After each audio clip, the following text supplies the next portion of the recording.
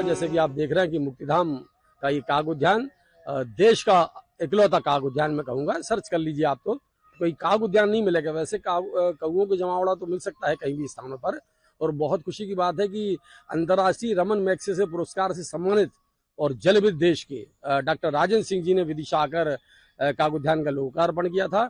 विगत 25 सालों से अधिक मैं बेतवा के श्रमदान कार्यों में, बेतवा की स्वच्छता में लगातार लगा हूं। तभी से काग उद्यान का निर्माण किया है। पशु पक्षी तमाम सब भोजन किए जाते हैं। और जैसा कि अभी तो पितृपक्ष चल रहा है और साफ है कि सनातन परंपरा में ये निर्वहन है कि हम पितरों को सीधे भोजन अगर पहुंचाते हैं तो ये माना जाता है कि काग हमारा सबसे बड़ा एक कारक बने हैं। एक पितरों को कहते हैं कि इस 15 दिनों में अगर इनको भोजन करा दिया जाए तो वो सीधा पितरों तक पहुंचता है। तो ये जो आप देख भी रहे हैं कि नदी में जिस प्रकार से तर्पण कार्य चल रहा है पितरों को लेकर, उसके बाद ये भोजन आहार भी कराते हैं सारे जो यहाँ के अपने पितरों परिजनों की याद में। तो विदिशा का मुक्तिधाम एक अनूठा मुक्तिधाम है जहाँ काग उद्यान बना है।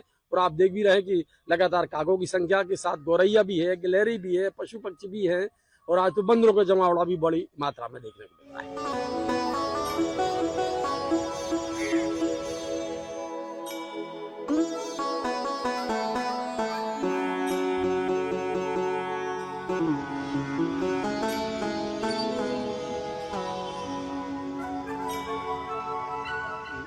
पितृपक्ष में कौओं का बड़ा महत्व है।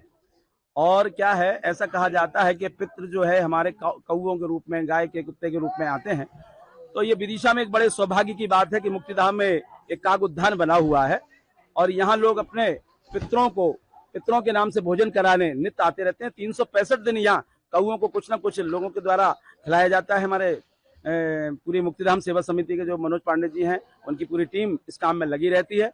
और इन 15 दिनों में विशेष रूप से जो लोग अपने पितरों का तर्पण करते हैं, कौओं के नाम से जो भोजन निकालते हैं, क्योंकि ये देखा जा रहा है कि कौओं की बड़ी कमी हो गई है। ऐसे में ये काग उद्यान बड़ा ही महत्वपूर्ण स्थान बन गया है। तो पूरे शहर के लोग लगभग कौओं के भोजन कराने के मुक्तिधाम में आते हैं और जो एक कौआ का अछूता निकलता है उसको कौए के लिए जो है वो लेकर मुक्तिधाम में आते हैं। इससे निश्चित ही एक कौओं को हमें प्राप्त होता है, क्योंकि कौआ जो है ना पितरों के रूप में सर्वश्रेष्ठ माना गया है। उसको भोजन कराने से पितृ तर्पित हो जाते हैं। तो ऐसे में ये मुक्तिधाम का जो काग उद्यान है निश्चित ही देश में अपने आप में एक महत्वपूर्ण स्थान रखता है। और ये सुविधा के लिए हम पूरी मुक्तिधाम सेवा समिति को भी बहुत धन्यवाद देना चाहते हैं। और शहर के सभी नागरिक जो धार्मिक प्रवृत्ति के अपने पितरों का तर्पण करते हैं, वह भी इस बात से भूरी भूरी उनकी प्रशंसा करते हैं। यहाँ पे जो आजकल आप देख रहे हैं कि श्राद्ध पक्ष चल रहा है जिसमें हम पितरों का अपने तर्पण करते हैं।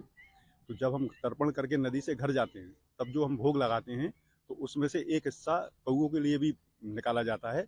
और हमारे शास्त्रों के अनुसार ऐसी मान्यता है कि जो कौओं के लिए भोग लगाया जाता है वो अगर उसे कौए खाते हैं तो वो हमारे सीधे पितरों को लगता है।